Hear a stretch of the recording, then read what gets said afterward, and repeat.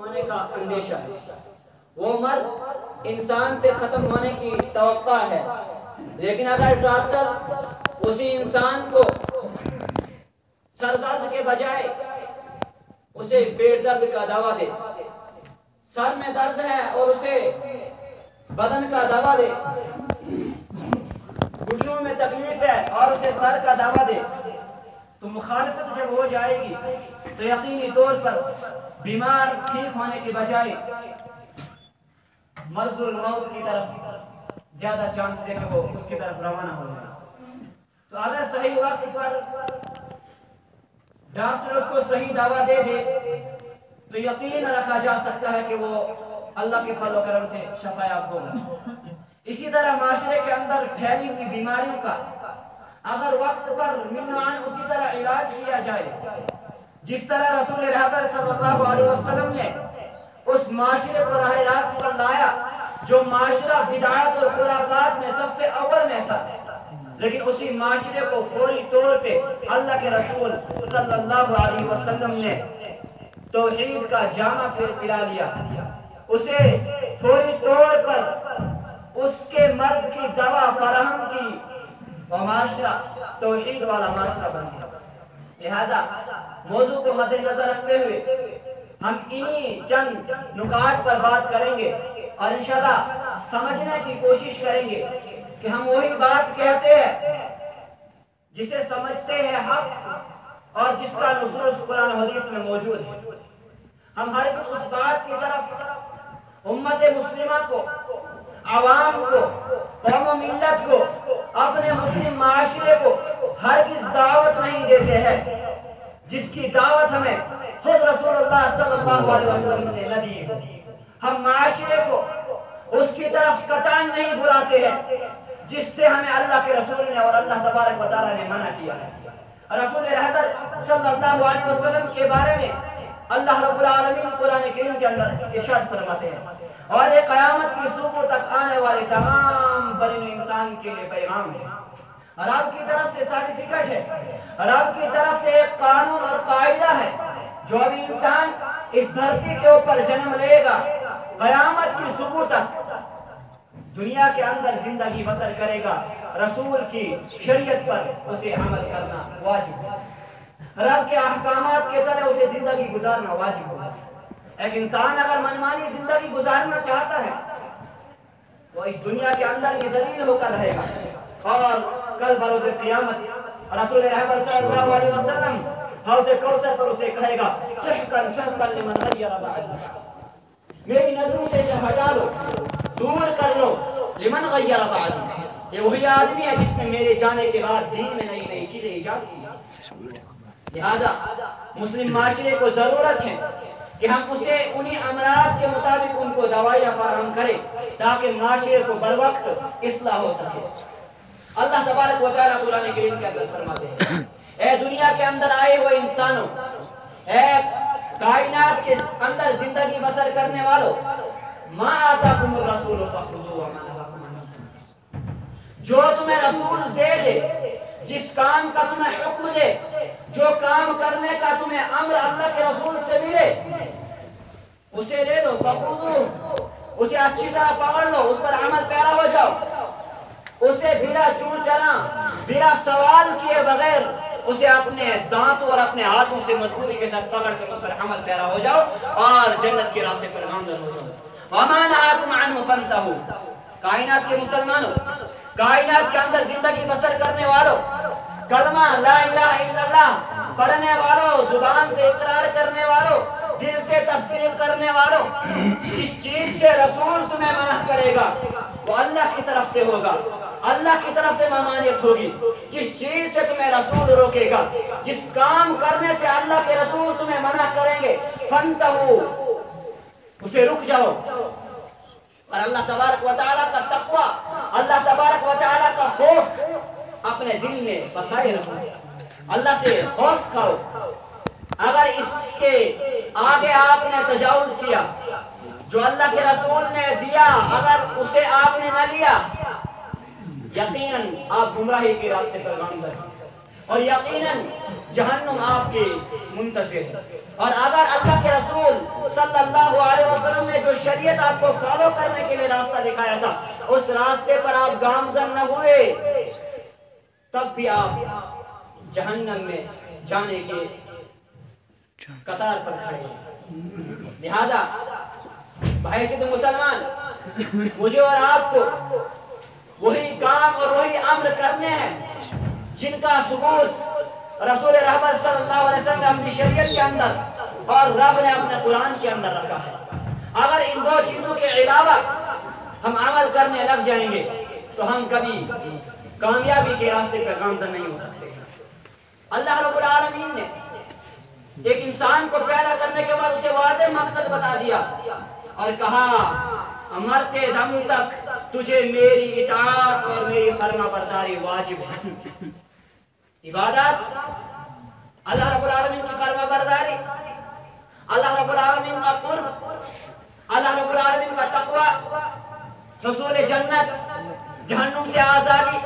ایک انسان کو آخری سانس تک اس کی فکر میں لگے رہنا چاہیے۔ ایک انسان کو بالغ ہونے کے بعد سے لے کر روح نکلنے تک عبادات کا پابند ہونا چاہیے، شریعت کا پیروکار ہونا چاہیے، اللہ رب العالمین کے قرب کا حصول مند ہونا چاہیے، اللہ رب العالمین کے تقوی کا حصول مند ہونا چاہیے، رب کو راضی کرنے والا مرتے دم تک ہونا چاہیے۔ لیکن ہوا کیا؟ اس کے برعکس ہم نے کیا کر دیا؟ ایک انسان پوری زندگی گناہوں میں ملوث، پوری زندگی نمازوں سے یتیم، پوری زندگی عبادات سے یتیم، پوری زندگی روزوں سے یتیم، پوری زندگی قیام سے یتیم، پوری زندگی صیام سے یتیم، اور سال میں 2 یا 3 راتیں منتخب کر کے اپنی پوری زندگی کے گناہ معاف کروانے لگتا ہے۔ سال کے 2-4 دن منتخب کر کے 2 یا 3 روزے رکھ لیے جاتے اور پورے سال کی قضا کر دی جاتی ہے اور ان کے گناہ معاف کیے جاتے ہیں۔ ان کا عقیدہ اعتماد ہے۔ مسلمانوں، یہ سمجھنا ہے کیا ہمیں سال کے اندر 4 باری اللہ کو راضی کرنا مطلوب ہے؟ سال کے اندر 2 یا 3 دن روزے رکھنا ہی ہم پر واجب ہے؟ سال کے اندر 1 یا 2 دن شب بیداری کرنا ہی ہم پر واجب ہے؟ نہ بالکل بھی نہیں۔ اللہ نے مکلف ٹھہرایا ہے جب تک میری سانس چل رہی ہے تب تک تو میرا ذکر کرتے رہے۔ عبادت کرنا کوئی بری بات نہیں ہے، عبادت کرنا کوئی غیر معمولی کام نہیں ہے، لیکن عبادت وہی قابل قبول ہوگی، نیک کام وہی قابل قبول ہوگی جس کا حکم رسول اکرم صلی اللہ علیہ وسلم نے اپنے صحابہ کرام رضوان اللہ علیہم اجمعین کو دیا ہوگا۔ جو امر اللہ کے رسول صلی اللہ علیہ وسلم سے بذات خود ثابت ہے۔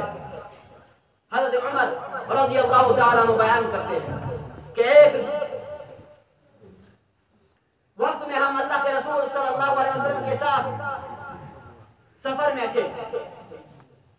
کچھ صحابہ نفلی روزے رکھے ہوئے تھے، اللہ کے رسول خود بھی نفلی روزے رکھے ہوئے تھے۔ گرمی کی شدت اتنی بڑھ گئی، بھوک نے ان کو اتنا پریشان کیا، اللہ کے رسول سے دیکھا نہ گیا۔ اللہ کے رسول نے کہا، اے میرے پیارو، تم افطار کر لو اور اس بکری کو جو تم ساتھ لیے ہو اسے پکا کر کھا لو، آپ کی بھوک مٹ جائے گی تاکہ آپ عبادات میں آگے قوی اور مضبوط ہو جائیں گے۔ کسی صحابی نے جرأت نہ کی کہ ہم روزہ توڑ دیں۔ حضرت عمر فاروق رضی اللہ تعالیٰ عنہ حقیقی صحابی اور حقیقی محبت کرنے والے اللہ کے رسول سے آج ہم دعوے پہ کھڑے رہے ہیں، لیکن جب کسوٹی لگائی جاتی ہے رب کائنات کی قسم 5% مسلمان دعوے پر ٹکے ہیں، باقی ہمارا خالی دعویٰ نام کا رہ گیا۔ لہذا عمر فاروق رضی اللہ تعالیٰ عنہ نے رسول اللہ صلی اللہ علیہ وسلم سے کہا، اے اللہ کے رسول، کوئی صحابی تیار نہیں ہے کہ ہم افطار کریں۔ ایسا ہو سکتا ہے کہ آپ خود بذات پہلے عمل کریں اور اس کے بعد صحابہ کا رزلٹ دیکھیں گے. رسول اکرم صلی اللہ علیہ وسلم عمر فاروق رضی اللہ تعالیٰ عنہ کی یہ بات سن کر سب سے پہلے افتخار کرتے ہیں, اپنا روزہ توڑ دیتے ہیں. اللہ کے رسول کا یہ عمل صحابہ کرام نے دیکھا اور بلا سوال کیے بغیر صحابہ کرام رضوان اللہ علیہم اجمعین نے اختیار کر لیا اور روزہ توڑا, وہ نفلی روزہ. لیکن حکم کس کا تھا, عمل کس کا تھا؟ حضرت محمد عربی صلی اللہ علیہ وسلم. طریقہ کس کا تھا؟ رسول رحمت صلی اللہ علیہ وسلم کا. عمل تو اللہ کے رسول نے کیا لیکن حکم بھی رسول نے دیا تھا, پھر اللہ کے رسول نے کر کے دکھایا. اس لیے وہی عمل قابل قبول ہوگا امت مسلمہ کا. کلمہ لا الہ الا اللہ پڑھنے والے کا, اپنے آپ کو مسلمان کہنے والا, وہی عمل اللہ کے دربار میں قابل قبول ہوگا جو رب کی طرف سے نازل شدہ ہوگا اور محمد عربی صلی اللہ علیہ وسلم کی طرف سے مصدوق شدہ ہوگا. رب کی مہر ہوگی, رسول کی مہر ہوگی, وہی عمل قابل قبول ہوگا. فرمایا رسول اکرم صلی اللہ علیہ وسلم نے کہ جس آدمی نے ایسا عمل انجام دیا جس کا مجھ سے کوئی واسطہ نہ ہو, فہو رد, ورائے گا, بیکار ہے, ضائع ہے. گرچہ اگر وہ پوری رات کھڑا رہ کر نماز پڑھے, اگر میری تصدیق اس پر نہ ہے تو وہ رائے گا ہے, بیکار ہے, ضائع ہے. لہذا ہم اپنے آپ کو تو دن و رات تکلیف میں مبتلا کر رہے ہیں, ذرا اس پر بھی غور کرنا ہے ہمیں کہ یہ جو ہم اپنے آپ کو مکلف ٹھہرا رہے ہیں, کیا یہ حقیقی معنوں میں مصدوق بھی ہوگا یا مکذوب دکھلایا جائے گا, مکذوب قرار دیا جائے گا. لہذا رسول اللہ صلی اللہ علیہ وسلم نے فرمایا لا تختصوا لیلۃ الجمعۃ لقیام, کائنات کے مسلمانوں, کائنات کے اندر زندگی بسر کرنے والوں, کائنات کے اندر باشعور انسانوں, لا تختصوا, تم مخصوص نہ کرو خالص کس کے, لیلۃ الجمعۃ, جمعے کی رات کو, کس کے لیے, لقیام, قیام کے لیے. تم جمعے کی رات کو قیام کے لیے مخصوص نہ کرو. ہاں, من بین اللیالی, اگر آپ ان دو راتوں کے درمیان قیام کیے ہوئے, آپ کا مسلسل تواتر ہے کہ آپ ہفتے میں 3 یا 4 بار قیام کرتے رہتے ہیں, نوافل کا اہتمام کرتے رہتے ہیں, اللہ رب العالمین سے دعا کرتے رہتے ہیں, اگر یہ معمول زندگی ہے آپ کا, اس بنا پر آپ کے اوپر کوئی حد نافذ نہیں ہوگی. لیکن اگر آپ کا کوئی عمل نہیں ہے سالوں سال, کوئی تواتر نہیں ہے سالوں سال, خالص جمعے کی رات کو آپ قیام اپنے اوپر واجب اور لازم ٹھہراتے ہیں, اس کی تصدیق رسول اللہ سے ثابت نہیں ہے اور منع کیا ہے. اگر آپ کا تواتر ہے, آپ ہفتے میں, مہینے میں 3 یا 4 بار جاگتے ہیں, آپ سال میں 3 یا 4 مہینے جاگتے ہیں, تو آپ کے اوپر کوئی حد بندی نہیں ہے, آپ کے اوپر کوئی پابندی نہیں ہے, آپ کا معمول ہے, آپ رکھ لیجئے. اسی طرح کہا گیا ہے وَلَا تَخْتَصُوا يَوْمَ الْجُمْعَةِ بِصِيَامٍ, اور جمعے کے دن کو روزے کے لیے منتخب نہ کرو, خاص نہ کرو. ہاں, اگر آپ ان دو دنوں کے درمیان کوئی روزہ رکھتے ہیں, آپ کا معمول ہے مہینے میں 2-3 روزے رکھنا, سال میں کسی ایک مہینے کے روزے رکھنا, یا سال میں ہر مہینے کے 1-1 روزے رکھنا, اگر آپ کا یہ معمول ہے تو آپ کے اوپر کوئی حد نہیں ہے, کوئی حرج نہیں ہے. لیکن اگر پورے سال آپ روزوں سے غفلت میں ہیں, آپ قیام سے غفلت میں ہیں, آپ صیام سے غفلت میں ہیں, شب بیداری سے غفلت میں ہیں, تو آپ جمعے کی رات کو مختص کریں گے, اس کی تصدیق رسول اکرم صلی اللہ علیہ وسلم سے نہیں ہے اور نہ کسی صحابہ کا اس پر عمل ہے. لہذا ہر وہ عمل اللہ کی بارگاہ میں قابل قبول ہے جس عمل کی تصدیق خود رب نے کی, اور جس عمل کی تصدیق ہم تک بذریعہ محمد عربی صلی اللہ علیہ وسلم پہنچا اور اس کا حکم صحابہ سے دیا ہو اور صحابہ کا عمل بھی اس پر ثابت ہو، وہی عمل قابل قبول ہو۔ لہذا اس ماہ شعبان کے اندر بہت سارے خرافات اور بہت سارے جرائم عروج پر آتے ہیں، بہت ساری بدعات اس ماہ شعبان کے اندر اپنا سر بلند کرتی ہے۔ لہذا اس طرح کرنا قطعاً بھی جائز نہیں ہے۔ کوئی بھی دن، کوئی بھی ایام اپنے اوپر لازم اور مختص کرنا شریعت کے اندر ہمارا کوئی ثبوت نہیں۔ کسی طرح کا بھی کوئی ایک تصدیق شدہ روایات یا تصدیق شدہ عمل صحابہ سے ہم نے نہیں ملا۔ لہذا وہی کام کرنا ہے جس کام کو کرنے کے لیے اللہ کے رسول نے حکم دیا۔ اب شعبان کے اندر خصوصی طور پر روزوں کا اہتمام کس طرح کیا جائے؟ کیا رمضان کے شعبان کے اندر روزے رکھنے کی کوئی فضیلت ہے یا نہیں ہے؟ آئیے رسول اکرم صلی اللہ علیہ وسلم کے عمل کو اٹھا کر دیکھتے ہیں۔ حضرت عائشہ صدیقہ رضی اللہ تعالیٰ عنہ بیان کرتی ہے کہ رسول اکرم صلی اللہ علیہ وسلم کان احب الشہور، اللہ کے رسول صلی اللہ علیہ وسلم کے نزدیک سب سے محبوب عمل اور سب سے محبوب مہینہ روزوں کے اعتبار سے رمضان کے بعد اگر کوئی ہوتا تھا وہ الى رسول اللہ صلی اللہ علیہ وسلم ان یصومہ شعبان، تو اللہ کے رسول صلی اللہ علیہ وسلم رمضان کے بعد سب سے زیادہ شعبان کے اندر روزے رکھتے تھے، اور محبوب عمل تھا اللہ کے رسول صلی اللہ علیہ وسلم۔ شعبان کی اپنی فضیلت ہے، شعبان کے کچھ احکام ہیں، شعبان کی ایک اپنی اہمیت ہے، ماہ شعبان کی ایک فضیلت ہے، ایک مرتبہ ہے، ایک رتبہ ہے، لیکن افسوس کی بات یہ ہے اس رتبے کو، اس فضیلت کو، اس درجے کو ہم جیسے علماء، ہم جیسے نام نہاد مولوی جو آج کل سٹیجوں پر چڑے جاتے ہیں اور امت کو اور قوم و ملت کو اس حقیقت سے چھپائے رکھتے ہیں جیسے کہ وہ سورج کو انگلی کے پیچھے چھپا کے رکھتے ہیں اور بدعات اور خرافات کو پروموٹ کرتے ہیں۔ لہذا ہمیں ضرورت ہے اس میدان میں آگے بڑھنے کی، ہم قوم کو وہی دعویٰ دیں، ہم قوم کو وہی چیز دیں جس چیز کی قوم کو بر وقت ضرورت ہے، جس چیز کی معاشرے کو بر وقت ضرورت ہے، ہم وہی عطا کریں گے انشاءاللہ جو عطا کیا ہے مجھے رسول اکرم صلی اللہ علیہ وسلم، جو عطا کیا ہے اسے رب نے، اور جو رسول اور رب نے عطا کیا ہے صحابہ کو ہم وہی عمل کریں گے۔ اس کے بغیر ہمارے پاس کوئی حجت نہیں کہ ہم کسی کو مکلف ٹھہرا کر اس پر عمل نافذ کر دیں۔ لہذا فرمایا حضرت عائشہ صدیقہ رضی اللہ تعالیٰ نے کہ رسول اکرم صلی اللہ علیہ وسلم سب سے زیادہ محبوب عمل رمضان کے بعد اگر روزوں کا کوئی ہوتا تھا تو وہ